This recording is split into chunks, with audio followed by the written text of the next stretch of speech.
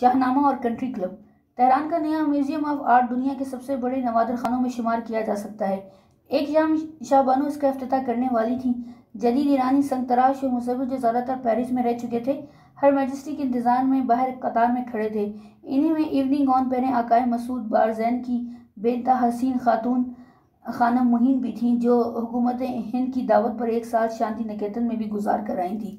मैं फ़नकारों और अदीबों की मैयत में ख़ुद को बहुत एट होम महसूस करती हूँ। एक बार शाहबानो ने मुझसे कहा था, चंद आर्टिस्ट मुझे योर मैजेस्टी के बजाय फ़राह खानम कहकर मुखातिब करते हैं, क्योंकि मुझे अपनी बिरादरी की एक फ़र्द समझते हैं। म्यूज़ियम की तवील एयर कंडीशन गैलरियों में दो रोया दीवार दोस्त दरीचों में ईरान के मुख्तलिफ अदवार के नवादर रखे थे। डिप्लोमेटिक कोर के चंद मगरबी अराकीन जो अलिया हज़रत के पीछे पीछे चल रहे थे, ज़माना कबल तारीख के सफ़ाली ज़ुरूफ़ के सामने ठिठक कर इनको बेहद दिलचस्पी से देखने लगे। एक हमसाया मुल्क के डिप्लोमेट की बीवी ने, जो मेरे नज़दीक खड़ी थी, बावाज़ बुलंद पंजाबी में कहा, ये लोग भी कितने बेवकूफ़ हैं। इन पुराने कच्चे घरों को देखकर पागल हुए जा रहे हैं। ऐसे मिट्टी के बर्तन तो हमारे यहाँ गांव में भी इस्तेमाल नहीं किए जाते। इनके शौहर ने इनको इशारतन मना करना चाहा, मगर वो भी मेरे पिछले ट्रिप के साथ मशरकी हिंद वाले पत्रकार की बहन निकली, ज़ोर से बोली, और बर्तन भी टूटे फूटे, एक भी सालम नहीं। इनको इतने बड़े म्यूज़ियम में सजाने की क्या ज़रूरत थी। मजमा आगे बढ़ा। एक कमरे में शाहनामे के कदीम नुस्खे रखे थे। शाहबानो इनको बड़ी दिलचस्पी से देख रही थी। ईरानी मॉडर्न आर्ट का सेक्शन बेइंतहा हद से ज़्यादा मॉडर्न था। एक जगह एक बाकायदा इंजन सा छक छक कर रहा था। लोहे के टुकड़ों के मलखूबे से पानी की बूंदें टपक रही थी। मैं पूछूं हूँ इसे आर्ट क्यों कहूँ, मशीन टूल इंडस्ट्री कहूँ। एक बोरे में भूसा भरा रखा था। इस किस्म के असली आर्ट में खलाकी तखय्युल को ज़्यादा दखल हासिल है। अब इस भूसा भरे बोरे को आप कुछ भी नाम दे सकते हैं, इंसान, अहमकुल जी, दुनिया, ज़िंदगी वगैरह वगैरह, और आर्ट के नकाद इस पर एक तवील मकाला लिख डालेंगे। मैं एक बेहद लंबे चौड़े कैनवस के सामने खड़ी थी, जिसके एक कोने में छोटा सा स्याह नुक्ता बना दिया गया था। वो नुक्ता इतना छोटा था कि इसको देखने के लिए खुदबीन की ज़रूरत पड़ती। इतने में मसूद बारजैन हुजूम को चीरते हुए करीब आया का अलिया हज़रत ने फरमाया है, रात का खाना आप इनके साथ कंट्री क्लब में खाइए, इस वक्त इनके हमरा ही चलिए। शाहबानो म्यूजियम से निकलकर अपने हेलीकॉप्टर की तरफ जा चुकी थी, जो बाग के सब्जे में खड़ा था। मैं मसूद बारजैन के साथ बाग में पहुंची। शाहबानो अपने एडीसी और लेडीज इन वेटिंग हेलीकॉप्टर में सवार हो रही थी। फिजाई मशीन घास पर से बुलंद हुई। तुमने शाहनामे के कदीम नुस्खे देखे? शाहबानो ने मुझसे दरियाफ्त किया। नीचे तेहरान रोशनियों से बकाया नूर बना हुआ था। बड़े इश्तियाक और फ़ख्र से नीचे झाँक कर कहने लगी, देखो तेहरान कितना खूबसूरत है।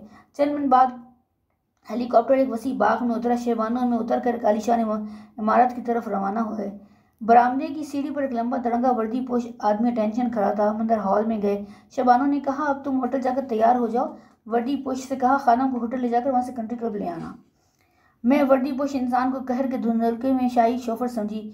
मैंने कहा, हाँ, मुझको पहले हिल्टन ले चलिए। फिर मैंने शाहबानो से पूछा, अब मैं अपने घर जाकर तैयार होंगी? ज़रा झेंप कर इंकसार से जवाब दिया, ये हमारा विंटर होम है। मैंने चारों तरफ देखा। अचानक मुझे याद आ रही है तो काखे नया दरान है, जहाँ मैं दिन में कई बार आई थी, और शाहबानो 3 रोज़ कबल काख सादाबाद से मुंतकिल होकर मौसम सरमा के लिए यहाँ आ चुके थे। शाहबानो ऊपर चली गई। एक लेडी इन वेटिंग नमूदार हुई, आप मेकअप वगैरह यहीं कर लीजिए, होटल जाकर सारी तब्दील कर लीजिएगा, वरना देर हो जाएगी। वह मेहमान खाने के ड्रेसिंग रूम में ले गई। सिंगार मेज़ पर जो बुरुश कंघियाँ और पाउडर बॉक्स वगैरह रखे थे, इन सब पर हीरे, जमरद और याकूत जड़े हुए थे। मैं बाथरूम में गई। सोचा यहाँ शायद सारी चीज़ें खालिश सोने की होंगी, मगर वो आम चीनी की निकली। बाहर बरामदे में वर्दी पोश इसी तरह टेंशन खड़ा था। उसने कार का दरवाज़ा खोला। अब जो देखा तो कार एक और शख्स चला रहा था, और ये बावर्दी शख्स जो गौर से इसका यूनिफॉर्म देखा तो पता चला कि काला फौजी अफसर था। कंट्री क्लब कोहरे में मलफूफ था। अंदर एक मंजिल पर चंद मोमर ईरानी अमीरजादियाँ एक मेज़ के गिर्द बुर्ज में मुस्तगरक थी। ऊपर एक और कमरे में शाही मेहमान मादाम फरहदीबा शाहबानो के मुंतज़िर थे। जिस वक्त अलिया हज़रत कमरे में दाखिल हुई, उनकी वालदा भी ताज़ीमन खड़ी हो गई। शाहबानो ने एक जनरल साहब से मिलवाया, जो उनके नंदोई थे। कहने लगे, ये तुम्हारी एक किताब की फ्रेंच और जर्मन एडिशन की देखभाल करेंगे। बातों बातों में मैंने शाहबानो से कहा, आपने साबिका मलका सुरैया की किताब पढ़ी है, जो चंद साल हुए विलायत में छपी है? उन्होंने इस किताब में शाही ख़ानदान में बहुत नुक्ताचीनी की है। प्रिंसेस सुरैया ज़हनी उलझनों में मुब्तला हैं, लेकिन उनको ऐसी बातें नहीं लिखनी चाहिए थी। मगरबी प्रेस खुद मेरे मुतालिक तरह तरह की खबरें छापता रहता है। एक मगरबी रिसाले ने लिखा कि मैं एक सराई महल में जाकर जादूगरनियाँ जमा करती हूँ, उनसे जादू टोने करवाती हूँ। मगरिब के लिए हम मशरकी अभी तक एक पुरस्कार शे हैं। गोया कंट्री क्लब मशरकी नहीं था। कुछ देर बाद दूसरे कमरे में डिनर शुरू हुआ। शैम्पेन का दौर चला। कमरे में शाहबानो के करीबी दोस्त, इंटरनेशनल जेट सेट के चंद अफराद मौजूद थे। ईरान की आला तरीन सोसाइटी अपनी शाम इसी तरह गुजारती थी। बेशकीमत हीरे, मिंक कोट, यूरोप की आला तरीन तफरीकों के तस्करे, कंट्री बाहर क्लब के बाहर रात गहरी होती गई और धुंध फैलती गई। शाही बालकनी। ईरान हमेशा से पहलवानों का मुल्क रहा है। आज भी जगह जगह जोर खाने मौजूद हैं जहाँ दंगल होते हैं। रज़ा शाह कबीर ने ईरान की तजदीद नौ करते हुए नौजवानों की तरबियत बदनी पर बहुत जोर दिया था। खुद सिपाही आदमी थे। यहाँ के स्पोर्ट्स और वर्जिशी मुजाहरे जो हज़ारों की तादाद में लड़के लड़कियाँ एक साथ दिखाते हैं, वाकई हैरत अंगेज़ हैं। राशिद साहब ने कहा, हम लोग लंच के बाद कहवा पी रहे थे। पाकिस्तानी फ़ौरन सर्विस के महबूब ख़ज़ा, जो एक नफीस और हसास शहर और इंतहाई माकूल इंसान हैं, यूरोप जाते हुए चंद रोज़ के लिए तेहरान आए थे और राशिद साहब के यहाँ मुकीम थे। मैंने सिपा दानिश के मुजाहरे का वक्त देखने के लिए पर्स से कार्ड निकाला। लिफाफे पर हस्ब मामूल लिखा था, सरकार खानम कुर्रतुल ऐन हैदरी। अब मालूम हुआ कि हमारे यहाँ लफ्ज़ सरकार का पुरतकल्लुफ़ इस्तेमाल कहाँ से आया। मैंने कहा, मगर ये लोग हमेशा मुझे हैदरी क्यों लिखते हैं, मुझे हमेशा राशिदी लिखते हैं। आगा राशिदी। राशिद साहब ने जवाब दिया, दरपेश गाह मुबारक आला हज़रत हमायूं शहनशाह आरिया महर अलिया हज़रत फ़रा पहलवी शाहनवाए ईरान मरासिम में जिसने आगाज़ साल तहसीली सिपाही दानिश दर उस्ताद यम मोहम्मद रज़ा शाह पहलवी वज़ीर आमोजिश व परवरिश अस जनाब आली ख्वाहिश मंद असद दरसात बाद ज़ोहर यक शंबा हैस्त वशशुम महरमा व मरासिम मज़कूर शिरकत फरमाईद। लिबास तीरा मुसक्क़फ़ और फ्लूडिट उस्ताद योम की शाही बालकनी में डॉक्टर बहादुरी दरबारी लिबास तेल कोट दस्ताने पहने दशाही पार्टी के मुंतज़िर थे। मैं उस्ताद योम का सारा मंजर इसी तरह देखने के लिए बहैसियत एक चौकस जर्नलिस्ट बालकनी के एक किनारे पर टांगे लटकाकर बैठ गई। शाही आमद के बाद नीचे स्मार्ट फौजी वर्दी पोश लड़कियों और लड़कों ने प्रोग्राम शुरू किया। मलामे शहनशाही सरविद सिपाही दानिश अर्ज़ सपास एक सिपाही दानिश खताला एक मौज़म बर्क 33 अमजद। ये उस्तादे में तकरीबन 50,000 नौजवान लड़के लड़कियों ने वर्जिशी मुजाहरे किए। लड़कियां लड़कों के साथ कराटे लड़ी। मोटर बाइक सवार जनाना पुलिस की लड़कियों ने महिरुल अकूल करतब दिखलाए। आग के चक्करों में अपनी मोटरसाइकिल कूदा कर ले गई। ज़राना ईरान की तरक्की वाकई काबिल तारीफ़ थी और इसकी शुरुआत रज़ा शाह कबीर ने की थी।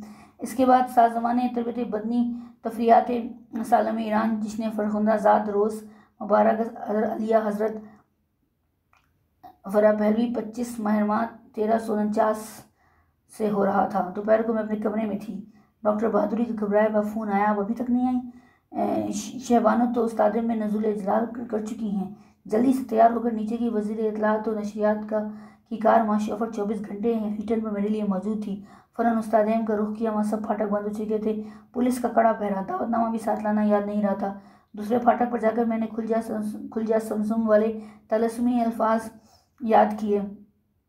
महमून अली हज़रत। दरवाज़ा फ़ौरन खुल गया। महमून यानी मेहमान।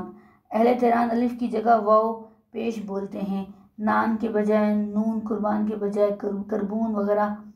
अंदर जमा गफ़ीर में एक दरबारी उसे लपके हुए बरामद हुए। मैं आपका मुंतज़िर था, तशरीफ़ ले चलिए। ऊपर शाही बालकनी में फ़रा पहलवी, इनके पहलू में चंद लेडीज़ इन वेटिंग और डॉक्टर बहादुरी मौजूद थे। अली हज़रत के बराबर वाली कुर्सी मेरे लिए खाली थी ताकि हज़ब मामूल बसिलसिला तसनीफ़ किताब अपनी ज़माने हयात और ख़यालात का तस्करा करती रहें। प्रोग्राम शुरू हो चुका था।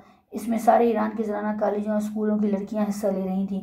इस वक्त शहबानो के सानो गुमान में भी ना था कि यही तलबा व तालबात और इनके आने वाले दानिश जो शहनशाहियत के ख़िलाफ़ इस कदर तारीख़ और जदोजहद का आगाज़ करेंगे कि तस्वीर नजर आतिश करेंगे, मर्ग बरशाह के नारे लगाएंगे, खुशी खुशी मशीन गनों का निशाना बनेंगी। और ये मोटर बाइक सवार और कराटे करने वाली लड़कियां कौमी जदोजहद के सिंबल के तौर पर सयाह चादरें ओढ़कर इस इंकलाब में शामिल होंगी। एशिया का वाकई एक हैरत अंगेज़ इंकलाब है। इस वक्त बालकनी में बैठी शहबानो मुझसे तो यही कह रही थी कि वो खुद मिडिल क्लास तालिब लड़की से मुल्क ईरान किस तरह बन गई। इनको इस वक्त मालूम ना था, मुझ समेत बहुत से को मालूम ना था कि नई मिडिल क्लास लड़कियां 8 साल बाद शहनशाहियत के ख़िलाफ़ मोर्चा लगाकर तेहरान के इस मैदान में गोलियों का निशाना बन जाएंगी, जिसे अब ईरानी शिकारगाह शहनशाही कहते हैं। तो वापस चलिए फ़रा स्टेडियम। Holland pavilion, Paris. 1956 के एकेडमिक टर्म के आगाज़ में नौजवान ईरानी लड़कियां साइट यूनिवर्सिटी में वारिद हुई, जो पेरिस के नज़दीक तलबा का बैनुल-अक़वामी मरकज़ है। कैंपस के हॉलैंड पवेलियन में 5 अदद ईरानी दानिश जो अकामत गजी हुए, उनमें ये 3 लड़कियां भी शामिल थीं। मादमोजेल महरी कम्बोजिया जो सोरियून से रियाजी पढ़ने आई थी, मादमोजेल लीजा अदबानिया बायोकेमिस्ट्री की तालिब थी और मादमोजेल फरादीबा स्कूल ऑफ आर्किटेक्चर में दाखिल हुई। कैंपस पर शुरू में मुझको इसी किस्म के अहमकाना सवालात का सामना करना पड़ा जो अहले मगरिब अदबदाकर मशरकियों से पूछते हैं, तुम्हारे बाप के हरम में कितनी बीवियां हैं, तुम्हारी शादी के वक्त बतौर ब्राइड प्राइस तुमको कितने ऊँट दिए जाएंगे, तुम्हारा रेगिस्तान तो बेहद गर्म होगा, तुम लोग खैमों में रहते होगे, वगैरह वगैरह। दूसरा मसला डेट का सामने आया। मैंने समझाया कि इनके मुल्क में लड़कियां लड़कों के साथ डेट नहीं करती। इस पर भी जब लोग मुसर रहे तो मैंने ये कहकर पीछा छुड़ाया कि वतन में मेरी एक ईरानी नौजवान के साथ निस्बत तय हो चुकी है। नए तलबा को तंग करना वहाँ का कायदा भी था। दूसरे साल खुद मैं नए तलबा को रेज करने के हंगामे में शामिल थी। रेजिंग ज़्यादा हो गई थी। बतौर सज़ा मुलजिमों को 2 हफ्ते के लिए क्लास बदल कर दिया गया था। जब मुलजिम वापस आए तो उनके साथियों ने मुजाहिदों की तरह इनका इस्तकबाल किया। हर मुजाहिद को एक तमगा अता किया गया। मुलजिम फराह खानम को जो तमगा साथियों की तरफ से मिला, इस पर बिल्ली की तस्वीर बनी थी। फ्रेंच ज़बान में बिल्ली ली चाट का तलफ़ुज़ शाह है और ये फरादीबा के मुल्क के शाह से मिलता जुलता था। इस वजह से यह रियायत लफ्ज़ी इस्तेमाल की गई। हर साल जनवरी के महीने में फ्रेंच तलबा फीस्ट ऑफ किंग्स बनाते हैं। इसमें यह होता था, एक केक तैयार किया जाता, उसके अंदर 2 बीज डाल दिए जाते। जिस लड़के या लड़की के हाथ में इत्तफाकिया वो टुकड़े आते जिनमें से वो बीज निकलते, इनको बादशाह और मलका बनाया जाता। 1 जनवरी मेरे केक के टुकड़े में से बीज बरामद हुआ, लिहाजा मुझे कागज़ और पन्नी का नकली ताज पहनाया गया। जश्न के बाद मैं अपना ताज उतारना भूल गई और बेदहानी में से पहने बिना अपनी क्लास में चली गई। एक मरतबा कॉलेज के फैंसी ड्रेस हॉल में कदीम रोमा की मलका बनी। मैं बहुत मेहनती तालिब थी, रात गए तक पढ़ा करती। खाना कॉलेज कैफेटेरिया में खाया जाता था। हॉस्टल में मेरा कमरा 3री मंजिल पर था। रात को कॉफ़ी बनाने के लिए इमारत की सबसे ऊंची मंजिल पर जहाँ पेनेट्री थी केतली ले जाना पड़ती थी। लिहाजा मैंने ये तरकीब निकाली कि एक चरखी के जरिए एक टोकरी रस्सी से अपनी खिड़की के नीचे लटका देती, इसमें केतली रख दी जाती। निचली मंजिल पर महरी कम्बोजिया अपनी खिड़की में से वो केतली ले लेती। रस्सी के दोनों तरफ घंटियाँ लगा दी गई थी और अक्सर ये टेलीफोन खुफिया पैगाम रसानी का काम भी अंजाम देता।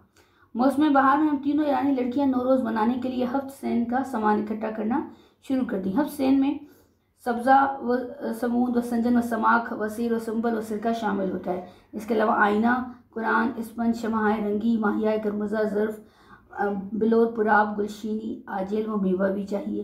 लेकिन हफ्त सेन की अशिया लाजमी हैं। ये 7 चीज़ें हम तीनों कई दिन पहले से जमा करना शुरू कर देते। महरी के कमरे में 21 मार्च के रोज़ जश्न मनाया जाता। 9 रोज़ से चंद दिन कबल मार्च की एक रोशन सुबह हफ्सेन के लिए सिरका लाने हॉस्टल के कैफेटेरिया में गई। खादमा ने सिरके की बोतल देते हुए कहा, मदमोज़ेल, आपने आज की ताज़ा खबर पढ़ी? मैंने भी अखबार नहीं देखा, ये लीजिए। बड़ा अफसोस हुआ। खादमा ने अखबार सरकाते हुए कहा, एक सुर्खी थी, शाह ईरान ने मलका सुरैया को तलाक दे दी क्योंकि वो लावल्द है। शाह ने चंद साल कबल मलका फौजिया को भी इसी वजह से तलाक दी थी कि वह वलीयत को जन्म न दे सकी थी। अक्सर 9 उम्र तलबा की तरह रात को सोने से पहले मैं डायरी में लिखा करती थी, आला हज़रत शहंशाह हुमायूं ने शहबानो को तलाक दे दी। बड़े अफसोस की बात है कि शहबानो के यहाँ वलीयत पैदा ना हुआ और शाह को अलमनाक कदम उठाना पड़ा। पेरिस में आजकल बहार आएगी, ईरान में भी मौसम गुल आ गया होगा, लेकिन मलका सुरैया के लिए मौसम कितना कर्बनाक साबित हुआ। अब फ्रांस के अखबारों ने शाह की 3री शादी की मुतालिक कयास आराइयाँ शुरू कर दी। मेरे फ्रांसीसी दोस्तों ने मुझे छेड़ा। लाचेट वाला लतीफ़ा फिर दोहराया जाने लगा। अखबारों में आ रहा था कि फ़लाँ फ़लाँ हसीन और जमील अमीरज़ादियाँ दरबार में पेश की जा रही हैं। फ़लाँ फ़लाँ बैनुल-अक़वामी शोहरत की हसीना के मुतालिक ख्याल किया जा रहा है कि वो मलका बन जाएगी। एक रोज़ एक अंग्रेज़ क्लास फेलो लड़की ने मुझसे मजाकन कहा, अरे तुम ही जाकर अपने शाह से शादी कर लो ना, तुम भी तो अच्छी खासी हो। हाँ हाँ, हमारी फरह क्या बुरी है, वो खुद लाखों में एक और फ्रेंच लड़की बोली। मैंने भी मज़ाहन जवाब दिया, हाँ हाँ बिल्कुल, ख्याल बुरा तो नहीं है। इस साल गर्मियों की तातीलात में हम तीनों बर्नेटी के साहिल पर गए। बास के जजीरे से वापसी पर समंदर में तूफान आ गया। तेज़ बारिश और हवा के थपेड़े, कश्ती पानी से भर गई। कश्ती में सयाहों की भीड़ थी। तीनों पानी से शराबुर मुसाफिरों के धक्के खाती, कीचड़ से फचफच करती साहिल पर उतरकर किसी सराय की तलाश में रवाना हो गई। तेज़ हवा को उड़ाए दे रही थी। अगर मैंने कभी दुनिया में नाम पैदा किया, ये खौफनाक दिन मैं हमेशा याद रखूंगी, मैंने सर्दी से कपकपाते हुए कहा। शदीद बारिश और धुंध की वजह से रास्ता भी साफ सुझाई नहीं दे रहा था। बदिक्कत तमाम हम तीनों एक होटल तक पहुंची। होटल के मालिक और उसकी बीवी ने हमको फ़ौरन खुश कपड़े पहनने के लिए दिया, आतिशदान के सामने बिठा कर गर्म कॉफ़ी पिलाई और इंतहाई शफ़क़त के साथ हमारी देखभाल की। मैं इन मेहरबान बूढ़े मियाँ बीवी को कभी नहीं भूलूंगी, मैंने दिल में कहा। अगली मरतबा हम तीनों सहेलियाँ इंग्लिस्तान गईं। लंदन में दूसरे सयाहों के साथ बकिंघम पैलेस के फाटक पर खड़े होकर गार्ड्स की तब्दीली का नज़ारा किया और टावर में जाकर क्राउन जो मेक्स देखे, मदाम तसाव का अजायब खाना और जान और बॉन्ड का ताज़ा ड्रामा मुलाखता किया और खुश खुश पेरिस आईं। अवाइल 1959 में माँ अपने हम जमात तलबा के फ्रांस के किसी सूबे में फ्रांसीसी तर्ज तामीर का मुताला करने गए। होटल वापसी पर अपने कमरे में दाखिल होते ही मेरी नज़र मेज़ पर रखे एक दावतनामे पर पड़ी जो ईरानी सफ़ी की तरफ से आया था। मैंने फ़ौरन चरखी से लगी रस्सी की घंटी 3 दफ़ा हिलाई, जिसका मतलब था अशद ज़रूरी, फ़ौरन ऊपर आओ। मेहरी कंबोजिया भी वही दावतनामा लिए ऊपर पहुंची। हालैंड पवेलियन के 5 ईरानी तलबा के नामों कार्ड आए थे और ये बेहद इज्जत अफजाई की बात थी। हिज एम्पीरियल मैजेस्टी मोहम्मद रज़ा पहलवी स्टेट विजिट पर फ्रांस आए हुए थे और फलां तारीख को अपने सिफारत खाने में ईरानी तलबा से मिलना चाहते थे। ईरानी सिफारत खाने की दावत बहुत ही खीरा कुन आलीशान मंजर था। फ्रांस के अहम तरीन लोग और उनकी बीवियाँ हीरे और में गाउन वर्दियाँ, हाल के एक सिरे पर आर्केस्ट्रा बज रहा था। आतिशदान के ऊपर शाह के बराबर जहाँ मलका सुरैया की तस्वीर लगी रहती थी, अब वह जगह खाली थी। इस खाली जगह को देखकर मुझे बहुत रंज हुआ। कुछ देर बाद हिज एम्पीरियल मैजेस्टी की आमद का अनाउंसमेंट किया गया। मजमे में मौदब सुकूत तारी हो गया। सब दीवारों के साथ खड़े हो गए। आला हजरत अंदर दाखिल हुए, अपनी तेज़ गहरी नज़रों से चारों तरफ निगाह की और शाहाना तबस्सुम से मुस्कुराए। बहुत संजीदा मतीन इंसान थे और बहुत दिलकश दिखाई दे रहे थे। पहले वीआईपी लोग इनसे मिलवाए गए। इनमें से चंद से आला हजरत ने मुख्तसर गुफ्तगू की। इसके बाद हम तलबा पेश किए गए। अपनी बारी पर मैं आगे बढ़कर घुटनों से ज़रा सा झुकी। मुझे अच्छी तरह मालूम नहीं था कि बादशाह के सामने कितना झुकना चाहिए, क्योंकि जिस वक्त ईरानी और यूरोपियन ख़वातीन कर्टसी कर रही थी मैंने इनको नहीं देखा था। अपनी दोस्तों से बातों में मशगूल थी, लेकिन मुझे मालूम था कि रॉयल्टी पहले बात करती है। शाह ने पूछा, पेरिस में क्या पढ़ रही हो? मैंने बताया, यहाँ रहना अच्छा लगता है। फिर सवाल हुआ, जी हाँ योर मैजेस्टी। ग्रेजुएशन के बाद क्या इरादा है? अपने वतन वापस जाकर लोगों के लिए मकान बनाऊंगी योर मैजेस्टी। शहनशाह मुस्कुराए। लगता था इनको जवाब पसंद आया है। फिर दूसरी तालिब इल्म पेश की गई। मैंने फिर क्रिस्टी की और पीछे हट गई। चंद माह बाद 1959 के मौसम गर्मा में फरहा, मैरी और लिजा छुट्टियां गुजारने वतन वापस गई। तेहरान तेजी से बदल रहा था। नई इमारतें, नई सड़कें। हाल ही में ईरान डॉक्टर मुसद्दिक वाले अलमनाक सियासी क्राइसिस से गुजर चुका था। छुट्टियां ख़त्म होने से ज़रा कबल मुझे याद आया कि पेरिस की तालीम के सिलसिले में वज़ारत तालीम में कुछ काम अटका हुआ है। मैंने अपनी चचा से इसका जिक्र किया। ये वही चचा थे जो मुझे नौरोज़ पर बादशाह सलामत की अता करदा पहलवी अशरफियाँ दिया करते थे और जो अब भी आला हजरत के चैम्बरलैन थे।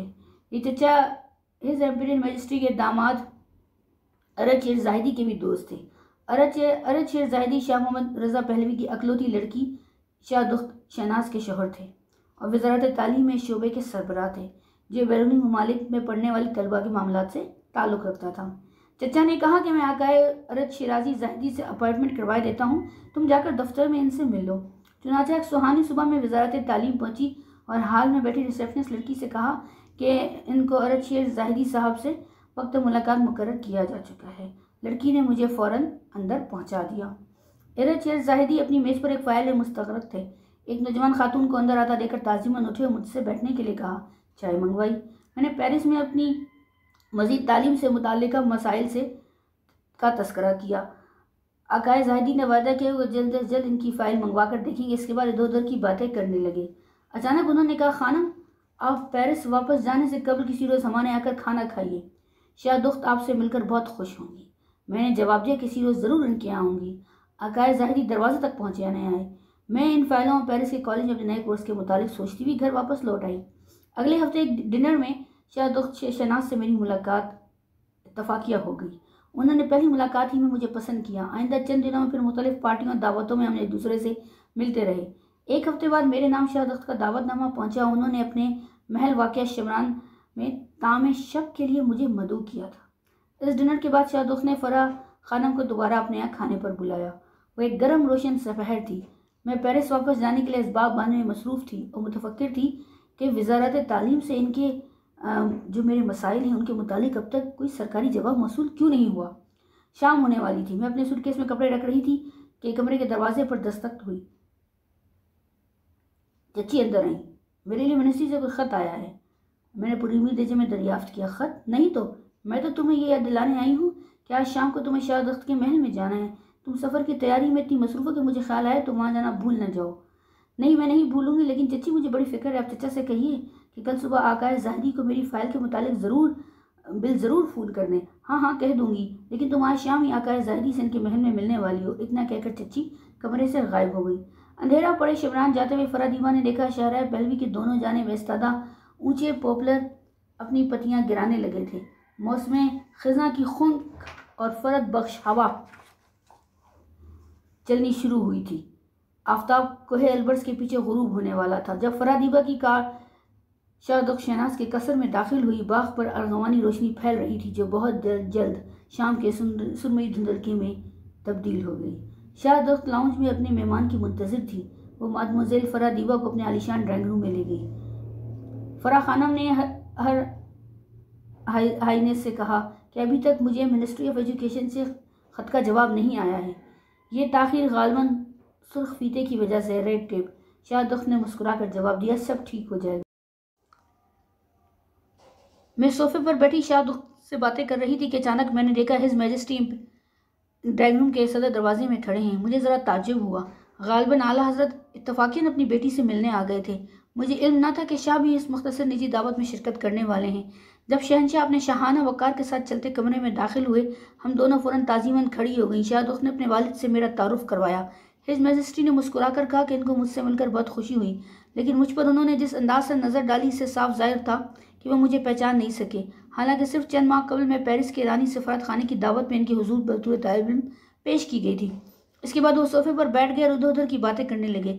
मैं बिल्कुल नर्वस नहीं थी। आला हज़रत ने देखा कि सिर्फ 21 बरस की उम्र और मैं अपनी गुफ्तगू बड़ी खुदएतमादी से कर रही हूँ और ख्यालात से ज़हनी पुख्तगी का इज़हार होता है। ये भी साफ जाहिर था कि मैंने शाह को इम्प्रेस करने की कोशिश नहीं की, ना ही ज़रूरत से ज़्यादा स्मार्ट और ज़हीन बनने की सही भी की। शहनशाह दुनिया देखे हुए थे और इंसानों को परख सकते थे। ज़्यादातर लोग जो इनसे मिलते थे इनको बेनतहा मुअद्दब रहना पड़ता था या वो हद से ज़्यादा मरूब हो जाते थे। कोई शख्स शहनशाह ईरान के साथ बेतकल्लुफ़ी का रवैया अख्तियार नहीं कर सकता। अगर आप रॉयल्टी से दोस्ताना हैसियत से मिलें तब भी आपको एटिकेट्स और प्रोटोकॉल का लिहाज रखना पड़ता है और एक हद फासिल कायम रखी जाती है। एक नौउम्र लड़की के लिए जो अपने बादशाह से पहली मर्तबा सोशल तरीके से मिल रही थी, ये वक्त बहुत कठिन हो सकता था। शहनशाह 40 बरस की उम्र में ये भी जानते थे कि इनको बीवी की हैसियत से किस नौ की औरत दरकार है। हिज एम्पेरियल मैजेस्टी अपनी बेटी के घर पर तामे शब के लिए भी ठहर गए। खाने की मेज़ पर भी वे ज़्यादातर मुझसे बातें करते रहे। शाह दुख्ती ने चंद रोज़ कबल आला हज़रत से कहा था कि इनकी एक आला शरीफ ख़ानदान की लड़की से मुलाकात हुई है और फ़लाँ शाम मेरे आकर इनसे मिल लीजिए, और भी मुलाकात कामयाब मालूम हो रही थी। खाने के बाद कहवा पीते हुए आला हज़रत को मालूम हुआ कि मुझे स्पोर्ट्स से बेहद दिलचस्पी है। शाह खुद बहुत अच्छे खिलाड़ी थे। उन्होंने मुझसे कहा कि किसी रोज़ इनके महल में आकर इनके घर वालों के साथ टेनिस खेलूं। मौसम गर्मा की तातीलात अनकरीब ख़त्म हुआ चाहती थी। मेहरी और लिज वापस पेरिस चली गई, लेकिन मैं बहुत मुताजिब थी कि मैं इनके हमरा फ्रांस क्यों नहीं गई। हालैंड पवेलियन वापस पहुँच कर मेरी और लिजा ने अपनी सहेली का इंतज़ार शुरू किया। हर रोज़ वो सुबह सुबह एक ताज़ा गुलदस्ता ख़रीद कर उसे फ़राह खानम के कमरे के गुलदान में सजा देती और मुतवक्का रहती कि आज की फ़्लाइट से फ़राह खानम तेहरान से आ जाएंगी। एक सुबह वो गुलदस्ता ख़रीद कर हॉस्टल वापस आ रही थी कि राह में इनको हॉस्टल की बूढ़ी वार्डन यानी खादमा मिली। उसने कहा, मैं तुम दोनों को रोज़ बलानाखा अपनी सहेली के लिए फूल खरीदते देखती हूँ। ट्रम शुरू हो चुकी है लेकिन वो अभी तक नहीं आई। मेहरी ने जवाब दिया। ओह, बुढ़िया ने कंधे उचकाया, फूल मत खरीदती जाओ। तुम्हारी सहेली ने गालबन शाह से बिया कर लिया, वो यहाँ नहीं आएगी। दूसरे रोज़ फ्रांस के अखबारों ने जली हरूफ में सुर्खियाँ शाया की। शाह ईरान पेरिस में ज़ेर तालीम एक ईरानी दोशीज़ा से शादी करने वाले हैं। अब सवाल ये पैदा होता है कि वो बूढ़ी खादमा क्या इल्म गैब जानती थी? His royal highness Shah Dukht Shahnaz के महल में डिनर के चंद रोज़ बाद मुझको आला हज़रत और इनके अहबाब के साथ शाम गुजारने के लिए मदऊ किया गया। टेनिस खेलते वक्त एक मरतबा जब गेंद बहुत दूर जाकर गिरी, फ़राह खानम ने इसका इंतज़ार न किया कि शाही खादिम से उठा कर लाए। वो दौड़ती हुई जाकर झाड़ियों में खुद तलाश कर लाई। हिज मैजेस्टी ने यह नोटिस लिया। चाय के वक्त आला हज़रत ने चंद अहम मामलात पर अपने ख्यालात का इज़हार किया। फ़राह खानम ने बादशाह की हाँ में हाँ मिलाने के बजाय इख्तलाफात का इज़हार किया। बादशाह ने यह भी नोटिस लिया कि वो इनसे इतनी छोटी थी कि जब इनकी पहली शादी मिस्र की शहजादी फौजिया से हुई, इस साल में पैदा हुई थी। रज़ा शाह कबीर और सुल्ताना ताजुल मुल्क। 2 दिन बाद मिस दीपा को हिज मैजेस्टी ताजुल मुल्क नादिर शाह ने अपने कसर में मदऊ किया। रज़ा शाह कबीर की बेवा अगले वक्तों की पुरजलाल सुल्ताना मालूम होती थी। हालांकि मलका बनने से कबल वो भी एक मिडिल क्लास खातून थी। शाह मोहम्मद रज़ा पहलवी अपनी माँ को बेहद चाहते थे। नादिर शाह का कसर इनकी औलाद के लिए अब भी एक मरकज़ी हैसियत रखता था।